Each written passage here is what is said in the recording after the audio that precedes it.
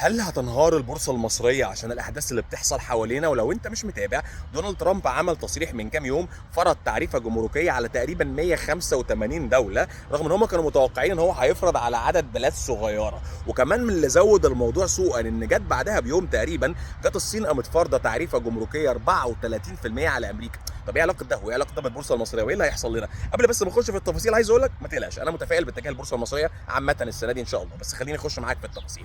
قبل ما اخش في التفاصيل عايز افكرك ان احنا عاملين برامج تعليميه، سواء انت جاي من تحت الصفر ما تعرفش يعني ايه بورصه، او بقالك 20 سنه في البورصه بس مش بتكسب، يا مش بتكسب كويس يا بتكسب زي البنك. طب داخل البورصه ليه؟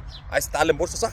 قدامك واتساب هتبعت لنا عليه. مشكله التعريفات الجمركيه انها بتغلي المنتجات على الناس اللي بتشتري. يعني النهارده لما انا ابقى قاعد مواطن امريكاني ويخش لي سلعه معينه فهضطر ادفع اكتر لان الجمارك زادت، فبالتالي هشتري اقل، فالشركات مبيعاتها اقل، فده ممكن يعمل ركود. وبدا فعلا بعض المتوقعين او المحللين يتوقعوا حدوث ركود بسبب تعريفات ترامب. وطبعا البلاد بدات ترد على بعض والتعريفات الجمركيه بدات تضرب في بعض، وده طبعا مما لا شك فيه ان هو تاثيره سلبي وسيء على الاقتصاد العالمي. ده حتى كمان الذهب نزل. هتقولي طب ايه علاقه الذهب نزل؟ لان رفع التعريفه الجمركيه بيزود الانفليشن، التضخم، فبالتالي الحكومات ممكن تضطر ان هي ترفع الفايده علشان تسيطر على التضخم. فلما نرفع الفايده الذهب بيقل، واتكلمنا على الموضوع ده في فيديوهات كتيره سابقه.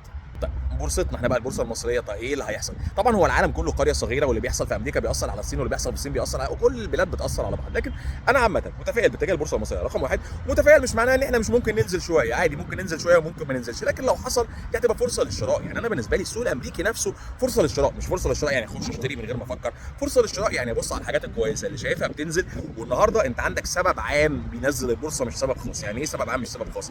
لو شركه نزلت عشان عندها سبب خاص، عندها مصيبه، جايز ان الشركه دي فعلا تبقى شركه شروه وحشه، وجايز انها ما تطلعش من المصيبه. لكن لو البورصه كلها بتنزل، الحلو بينزل والوحش بينزل، فدي فرصتك ان انت تتعلم تبص على الاسهم الحلوه الكويسه وتشتري فيها وتقوي فيها مراكزك. اما لو انت اوريدي شاري، اوعى تعمل الغلطه اللي بيعملها كل الناس، ان انت تعمل لي متوسط لما ينزل السهم بيك 2 3%.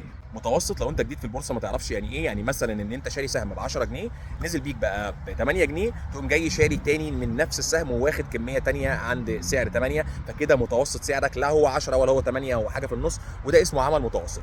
اوعى تعمل متوسط لما السهم ينزل 1 ولا 2 ولا 3 ولا حتى 5%. غلطه شائعه بتضيع، هتؤدي الى 3 انواع من المشاكل. رقم واحد، هتلاقي ان انت كل ما السهم ينزل شويه عمال تزود، فبعد فتره هتلاقي ان بقى معاك كميه كبيره جدا من نفس السهم، ودي غلطه كبيره جدا. رقم اثنين، ان السهم لما ينزل 2 3% وارد جدا يردهم. ما تعملش متوسط الا انه لما يكبر الموضوع ويفرق الفرق كبير عن اللي انت جايبه او الشروه الاولانيه. رقم ثلاثة، ان لما يجي السعر الحقيقي الكويس اللي هو تحت ممكن يبقى اقل من اللي انت شاريه بشويتين، مش هيبقى عندك سيوله ان انت تخش تشترك فيه، فبالتالي اوعى تعمل متوسطات بالطريقه الخاطئه. طيب ملخص الفيديو عشان قلت معلومات كتير. ان شاء الله البورصه المصريه الاتجاه العام باذن الله 2025 باذن الله طبعا كويس، الا لا قدر الله لو حصل احداث جذريه بقى في الكوكب.